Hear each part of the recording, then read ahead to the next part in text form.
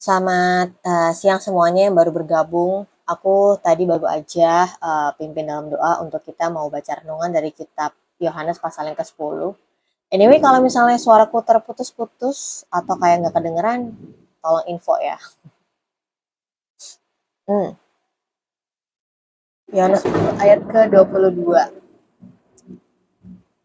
Tidak lama kemudian, tibalah hari raya pentahbisan Bait Allah di Yerusalem. Ketika itu musim dingin. Dan Yesus berjalan-jalan di Bait Allah di Serambi Salomo. Maka orang-orang Yahudi mengelilingi dia dan berkata kepadanya, "Berapa lama lagi engkau membiarkan kami hidup dalam kebimbangan? Jikalau engkau Mesias, katakanlah terus terang kepada kami." Jadi setelah peristiwa Yesus memperkenalkan dirinya sebagai gembala yang baik yang rela untuk memberikan nyawanya kepada domba-dombanya. Yesus yang adalah pintu ya, di mana kita bisa mendapatkan hidup yang kekal. Setelah peristiwa itu, Yesus akhirnya berada di Yerusalem untuk menyaksikan hari raya pentahbisan Bait Allah. Dan saat itu musim dingin. Nah, latar belakangnya adalah Yesus lagi berjalan-jalan di Bait Allah di Serambi Salomo.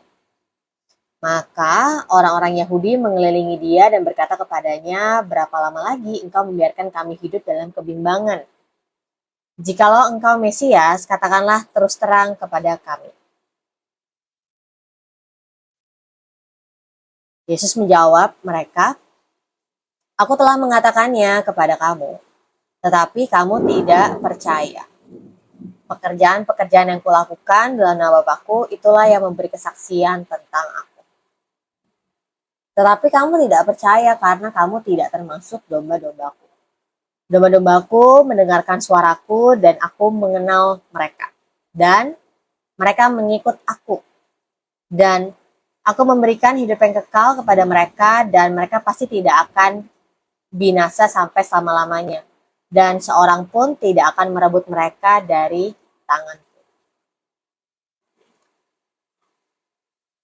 Tunggu, kita hold dulu ya sebelum melanjut ke ayat yang selanjutnya. Jadi kan ada beberapa orang Yahudi itu datang kepada Yesus. Mereka tanya pertanyaan kayak gini,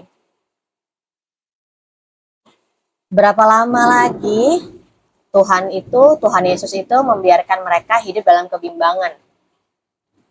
Jikalau memang Yesus adalah Mesias, katakanlah terus terang kepada kami." Jadi beberapa orang Yahudi itu minta pengakuan, minta bukti lagi bahwa Yesus itu adalah benar-benar Mesias. Halo Kak Evi Maria, Shalom. Nah, lihat nggak apa yang Yesus sedang jawab kepada orang-orang yang butuh pembuktian itu? Yesus bilang, "Aku telah mengatakannya." Jadi Yesus sudah pernah mengatakannya kepada mereka, tapi mereka tidak percaya. Kenapa? Karena sebenarnya Yesus sudah menunjukkan pekerjaan-pekerjaan yang Yesus lakukan di dalam nama Bapa. Itu sebenarnya jadi wujud kesaksian Yesus gitu. Tetapi meskipun Yesus sudah melakukan pekerjaan-pekerjaan itu, tetap aja orang Yahudi nggak percaya kepada Yesus.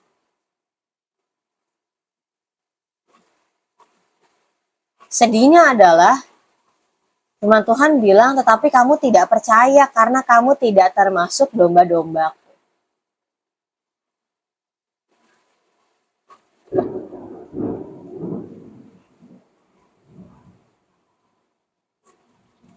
Nah, domba-dombaku mengenal suaraku. Ini sebelumnya udah dibahas di renungan kemarin ya, bahwa Yesus itu adalah gembala yang baik, yang rela untuk mengorbankan nyawanya bagi domba-dombanya.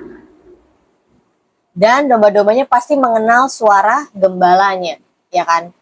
Domba nggak mungkin dengan sembarangan pergi gitu ya, mengikuti suara asing, nggak mungkin. Pasti domba itu mengikuti suara yang dia kenal, yaitu suara gembalanya. Tetapi Yesus kasih tekanan lagi di sini, ya domba-dombaku tuh pasti mendengarkan suaraku, dan aku pun sebagai gembala pasti mengenal mereka dan mereka mengikut aku. Dan aku memberikan hidup yang kekal kepada mereka, dan mereka pasti tidak akan binasa sampai selama-lamanya, dan seorang pun tidak akan merebut mereka dari tanganku. Ini perkataannya Tuhan Yesus ya. Ini adalah janjinya Tuhan Yesus bahwa Tuhan Yesus yang akan berikan hidup yang kekal bagi domba-dombanya, dan domba-dombanya mungkin bisa mati, kita mungkin bisa mati ya, tapi kita tidak akan binasa sampai selama-lamanya. Seorang pun tidak akan merebut mereka, domba-domba Yesus, dari tangan Yesus. Ya dibilang gini, ya Yesus itu adalah Tuhan gitu ya. Siapa yang lebih berkuasa daripada Tuhan sehingga bisa merebut sesuatu yang udah Tuhan pegang gitu, sesuatu yang Tuhan udah genggam, gak mungkin ya kan. Jadi ini sebuah pesan yang bagus banget bagi kita, reminder yang bagus banget bahwa kita adalah domba-dombanya Tuhan. Apakah kita mendengarkan suara Tuhan? Iya, Tuhan mengenal kita, tetapi apakah kita mengikut Tuhan? Ayat ini aku tanya balik ya ke teman-teman semuanya.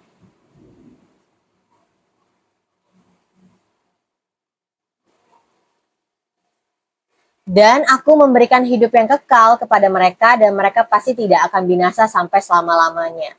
Dan seorang pun tidak akan merebut mereka dari tanganku. Aku pause sebentar ya.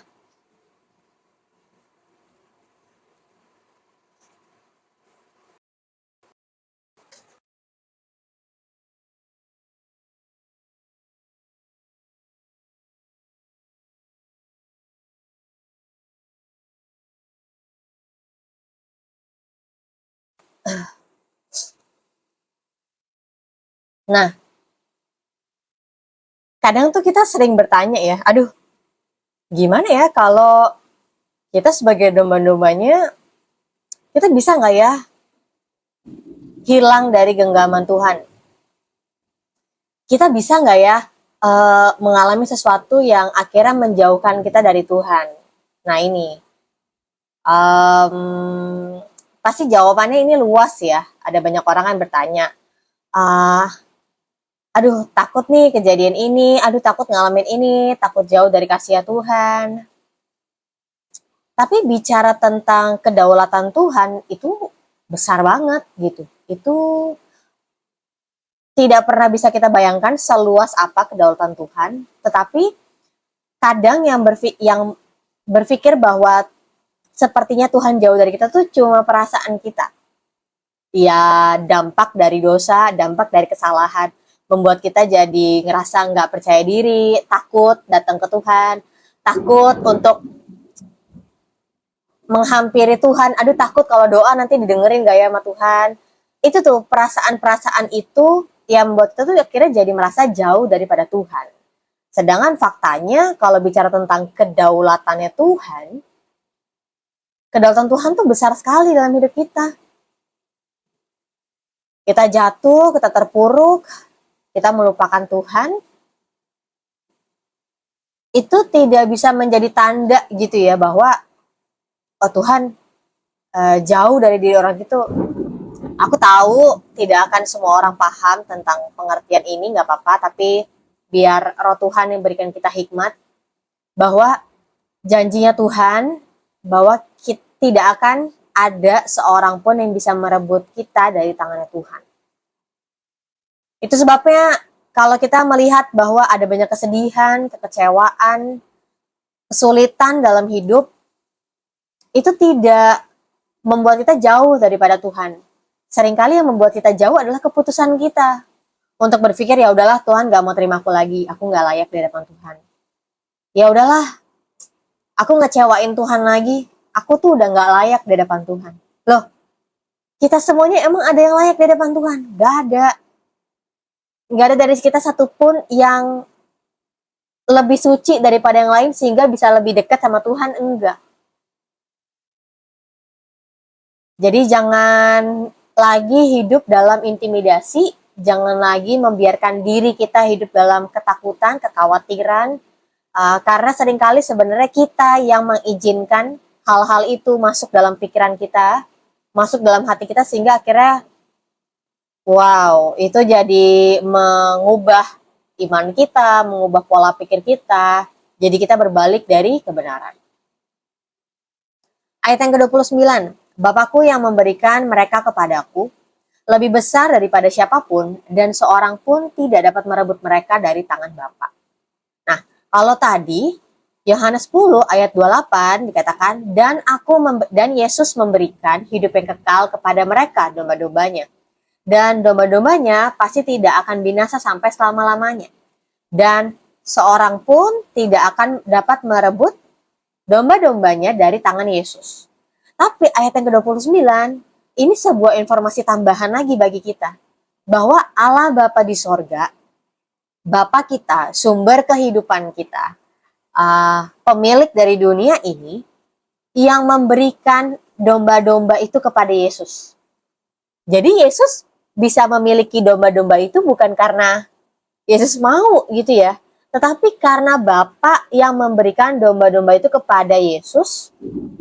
Dan Bapa itu lebih besar daripada siapapun. Kalau kita misalnya mau mengukur, Allah Bapa tuh lebih besar daripada siapapun yang ada di dunia ini. Ya, secara dia adalah sumber kehidupan, dia adalah pemilik dunia ini, ya kan, penopang kehidupan ini. Dan seorang pun tidak dapat merebut mereka dari tangan Bapa. Jadi nih bayangin, Yesus ada pegang tangan kita, tapi juga ada Bapa yang pegang hidup kita. Kita udah dipegang, kita udah dijaga, kita udah dipelihara oleh Allah Bapa. Kita udah dipelihara oleh Yesus. Siapa lagi yang bisa mengambil kita untuk menjadi milik dari pihak lain? Gak ada ya, gak ada lah. Kita kadang ngerasa takut, aduh aku takut gitu ya. Keadaan ini membuat aku jauh dari Tuhan. Aku takut aku jadi kehilangan Tuhan dalam hidup aku. Ini buktinya firman Tuhan bilang bahwa kita domba-dombanya bukan hanya dipegang aja oleh Yesus, tapi kita juga dipegang oleh Bapa. Dan seorang pun tidak dapat merebut dari tangan Bapa. Itulah sebabnya Yesus katakan, aku dan Bapa adalah satu. Sekali lagi orang Yahudi mengambil batu untuk melempari Yesus. Jadi orang Yahudi itu sangat marah ketika mereka mendengar bahwa Yesus mengatakan Bapa dan Yesus adalah satu.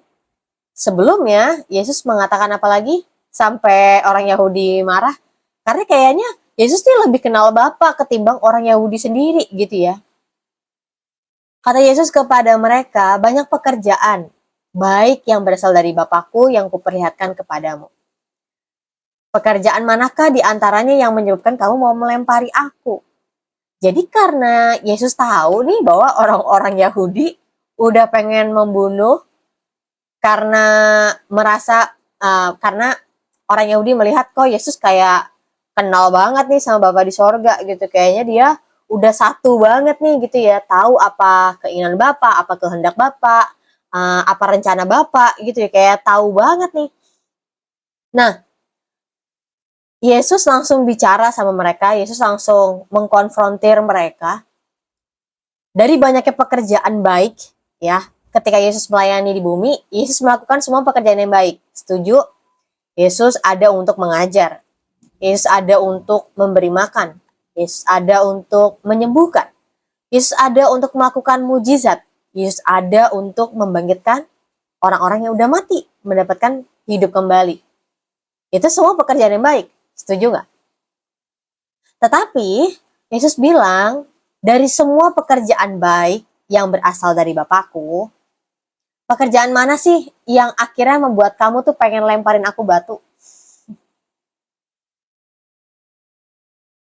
Kenyataannya adalah, aku pikir dulu orang itu benci sama kita karena kita melakukan hal yang jahat. Setuju, tapi itu baru setengah gitu ya. Kenyataannya adalah, ternyata ada orang yang akhirnya nggak suka sama kita atau bahkan benci sama kita ketika kita melakukan hal yang benar. Jadi dulu waktu masih muda ya, idealnya adalah aku ingin berbuat baik sehingga semua orang menyukai aku, ya kan? Idealisnya kita gitu kan. Pengen untuk membangun bangsa gitu. Kita pengen membangun negeri. Kita pengen menjadi individu yang berguna, yang baik, yang bisa menolong sesama kita. Tapi kenyataannya lebih banyak orang yang mendukung atau lebih banyak orang yang tidak mendukung. Kenyataan pahitnya adalah nggak banyak orang yang mendukung kita.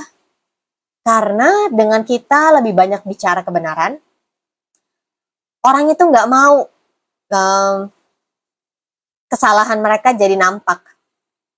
Orang itu nggak mau kehilangan pamor, nggak mau kehilangan popularitas, nggak mau kehilangan pengakuan. Jadi dia sebel kalau ada orang lain yang lebih baik daripada dirinya.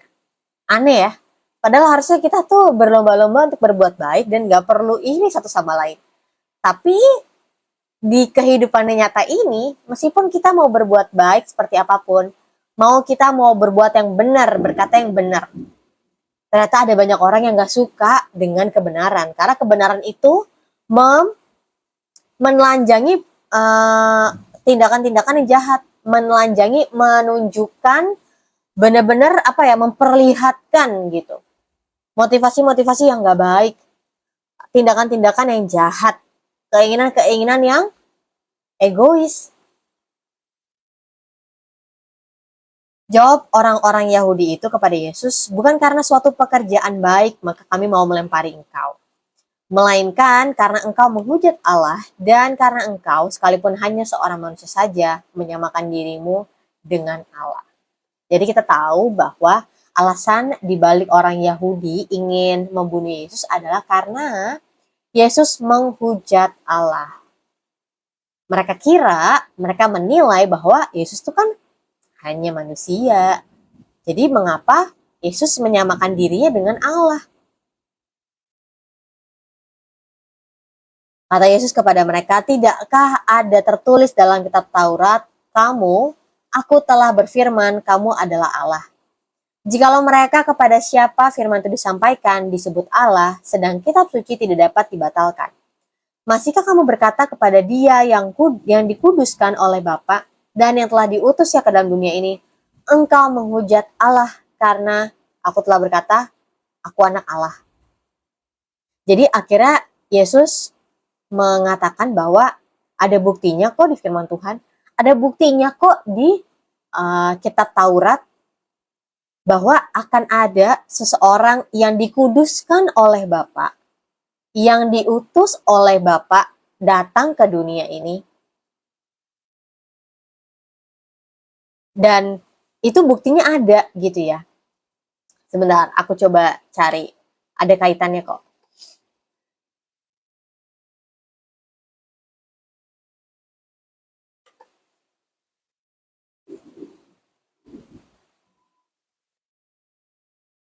Oke, kalau kita mau mundur sebentar, kita mau buka Mazmur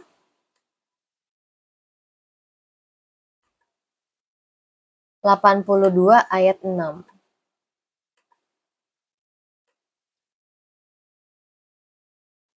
Mazmur 82 ayat 6. Aku sendiri telah berfirman, kamu adalah Allah, dan anak-anak yang maha tinggi, kamu sekalian.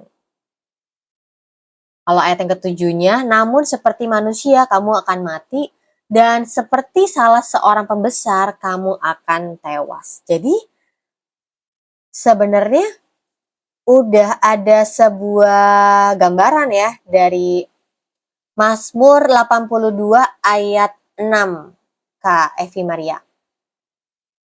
82 ayat 6. Jadi sebenarnya Yohanes pasal yang ke-10 ini ada kaitannya dengan kitab Mazmur. Jadi udah ada bayang-bayang ya dalam tulisan pemazmur itu tentang Yesus. Dan kalau kita lihat yang ke-7 dikasih clue lagi gitu ya bahwa ada seseorang yang dikira mati sebagai seorang yang penjahat gitu ya. Itu sebenarnya udah jadi clue, tapi memang kalau dibilang ya seperti dibutakan gitu ya, jadi mereka nggak paham maknanya apa. Aku baca ayat yang ke-37, Yohanes 10 ayat 37. Jikalau aku tidak melakukan pekerjaan-pekerjaan Bapakku, janganlah percaya kepadaku. Tapi jikalau aku melakukannya dan kamu tidak mau percaya kepadaku, percayalah akan pekerjaan-pekerjaan itu, supaya kamu boleh mengetahui dan mengerti bahwa Bapa di dalam aku dan aku di dalam Bapa. Jadi Yesus bilang kalau sampai akhirnya orang-orang Yahudi itu tidak percaya kepadanya, percayalah terhadap pekerjaan-pekerjaan itu. Karena pekerjaan-pekerjaan itu berasal dari Bapa di sorga. Sampai akhirnya pelan-pelan kita mengerti bahwa Bapa ada dalam Yesus dan Yesus ada dalam Bapa. Kita secara logika kita sulit ya mengerti ini. Maksudnya apa sih aku dalam Bapa, Bapa dalam aku? Intinya adalah sebuah kesatuan gitu loh. Gak bisa kita pisahkan Yesus dengan Bapa di sorga. Karena itu satu kesatuan meskipun berbeda berbeda oknum tapi satu hakikat.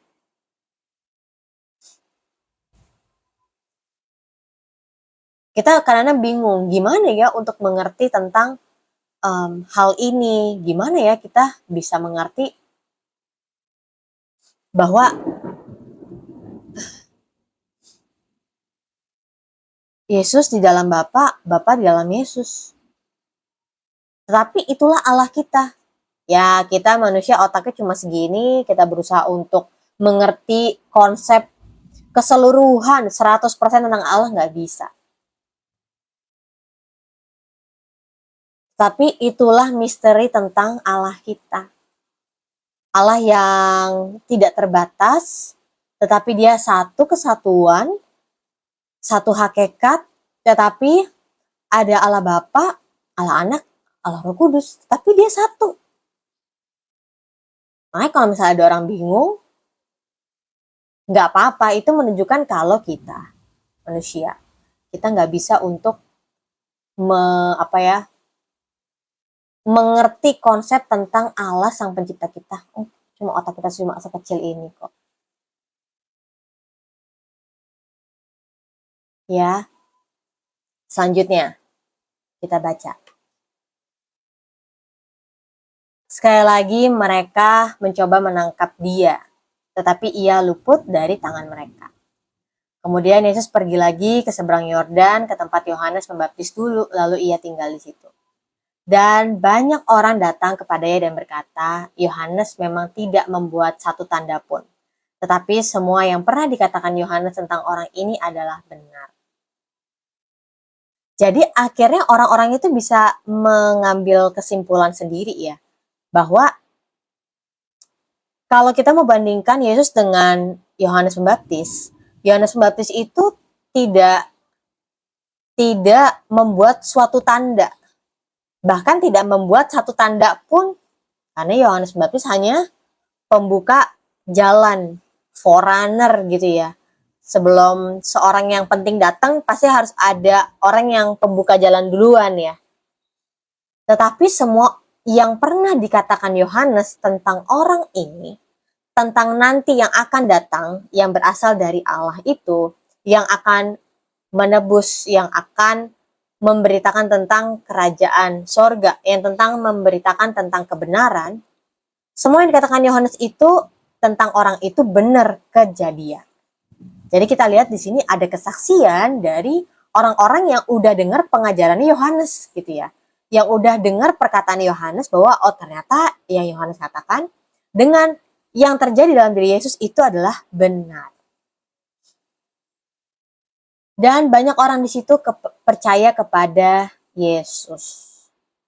Jadi dalam peristiwa ini kita lihat ada orang Yahudi yang tidak percaya kepada Yesus, tetapi ada orang-orang juga yang akhirnya menarik kesimpulan dari apa yang mereka saksikan, dari apa yang mereka dengar, dari apa yang mereka alamin bahwa ternyata perkataan Yohanes dulu-dulu tuh benar ya tentang Yesus ini, tentang pribadi ini gitu.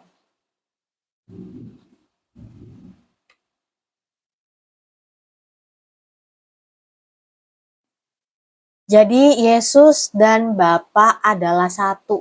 Kita bisa lihat Yesus, berarti kita juga bisa melihat Bapa dengan diri Yesus. Ada banyak orang kan penasaran gimana ya cara mengenal Allah Bapa di sorga. Kita bisa lihat diri ke diri Yesus. Gimana kita bisa tahu pribadinya Allah Bapa di sorga? Lihat pribadinya Yesus.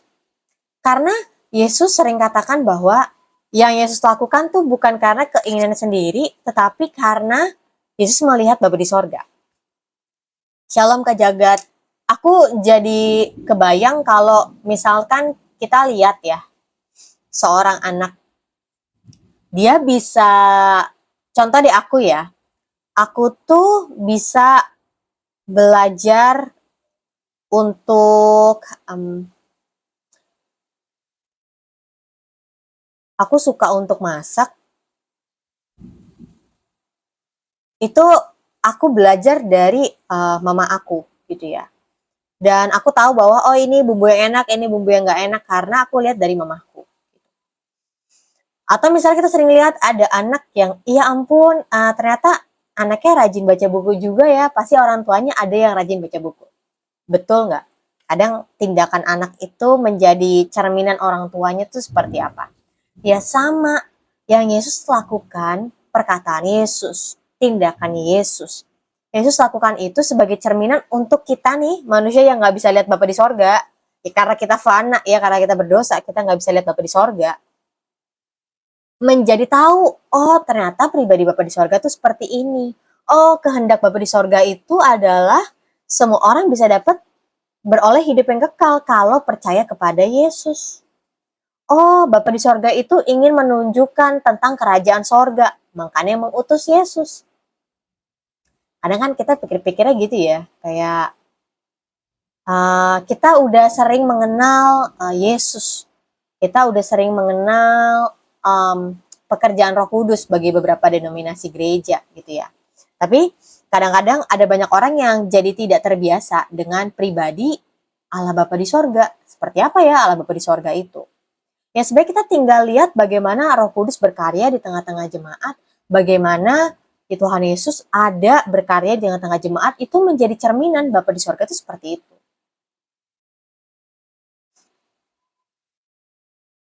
Ya.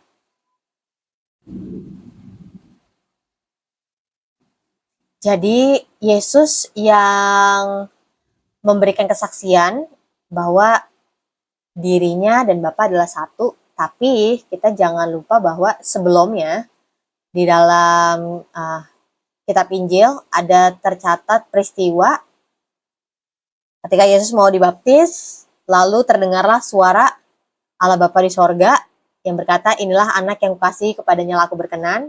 Dan ada juga wujud dari Roh Kudus dalam bentuk merpati, burung merpati gitu ya. Nah, sebenarnya kalau kita saksikan, Allah Bapa sendiri loh yang memberi kesaksian tentang Yesus. Bahwa ini loh anak yang kukasihi, kepadanya lah aku berkenan. Itu kan sebenarnya udah terlihat bagaimana keharmonisan, kesatuan dari Allah kita.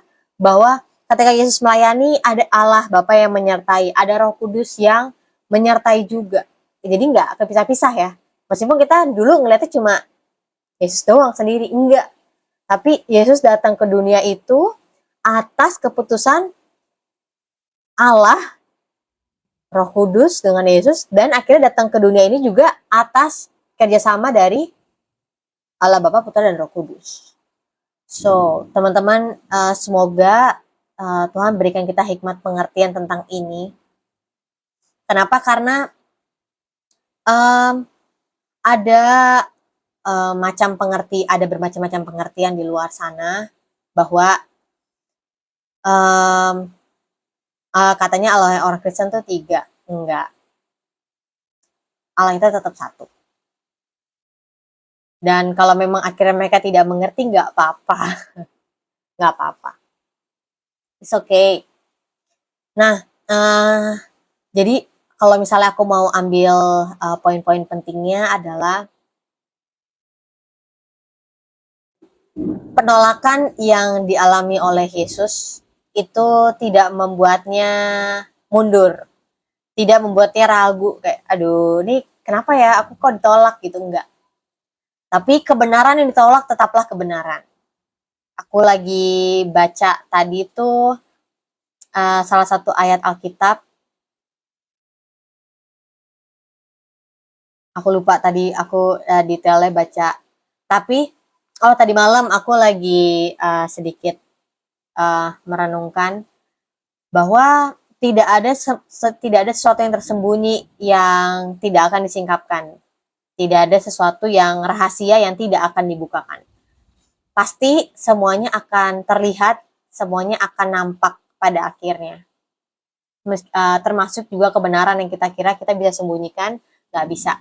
Semuanya pasti akan terungkap. Dan kebenaran tetaplah kebenaran, meskipun orang-orang lain banyak yang menolak. Jadi kita lihat bahwa sekalipun Yesus menghadapi penolakan, Yesus nggak takut. Yesus tetap lakukan bagiannya, Yesus tetap katakan yang benar sekalipun terjadi penolakan. Karena penolakan itu benar-benar tanggung jawab masing-masing. Aku kemarin baru bikin VT bahwa kita sebagai anak-anak Tuhan, kita takut banget ya untuk menceritakan tentang Tuhan, kita takut banget untuk bersaksi. Karena kita pikir kayak, gimana ya bikin mereka percaya? Bukan tugas kita untuk membuat mereka percaya. Tugas kita adalah mengatakan yang benar. Tugas kita adalah mengasihi mereka. Kalau percaya atau enggak, itu adalah keputusan dari mereka. Atas dasar pekerjaan Roh Kudus dalam hidup mereka. Itu adalah proses masing-masing ya, bagi tiap-tiap orang. Kita nggak bisa paksa. Dan janji Tuhan Yesus yang hari ini kita lihat adalah, Yesus katakan bahwa kita sudah digenggam oleh Yesus dan nggak ada seorang pun yang bisa merebut kita dari Yesus. Dan Yesus juga katakan bahwa Allah Bapa di sorga juga yang menggenggam kita. Jadi ini udah dipegang sama Yesus, udah dipegang sama Allah Bapa, siapa lagi yang bisa pisahin kita? Jadi semoga ini jadi kekuatan bagi kita ketika kita ngalamin hal yang sulit, kita mengalami keadaan yang tidak terduga, kita sepertinya udah hilang harapan, kita sepertinya udah nggak ada sumber sukacita. Ingat ini lagi bahwa yang pegang kita adalah Yesus dan Bapa di sorga. Allah kita yang luar biasa. Gak akan ada yang bisa begitu kuat untuk menarik kita dari kasihnya Tuhan. Itu aja.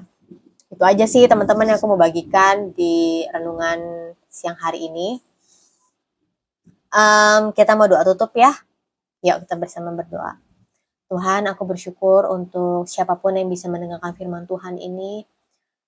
Aku berdoa Tuhan, biar firman ini boleh tertanam dalam hati mereka, menjadi dasar yang kuat, menjadi dasar yang teguh, seperti kami membangun rumah kami di atas batu, di atas dasar yang tepat. Tuhan, biar kami menjadi orang-orang yang melakukan firman-Mu. Kami tidak hanya mendengarkan, tapi kami melakukan dan menghidupi firman-Mu.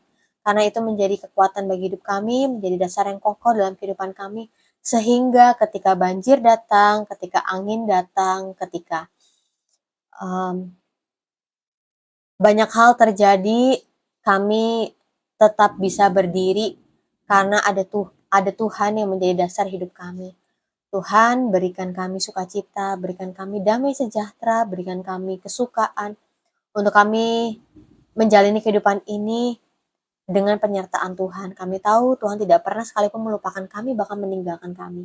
Kami tahu Engkau Allah yang memegang tangan kami, yang dimana tidak seorang pun punya kekuatan lebih besar yang dapat mengambil kami dari kasih Tuhan. Kami bersyukur sebab Engkau adalah Allah kami. Dalam nama Tuhan Yesus, amin. Amin. God bless you semua, Kak Evi Maria. God bless. Tadi ada juga Kak Jagat ya. Oke, God bless you semua.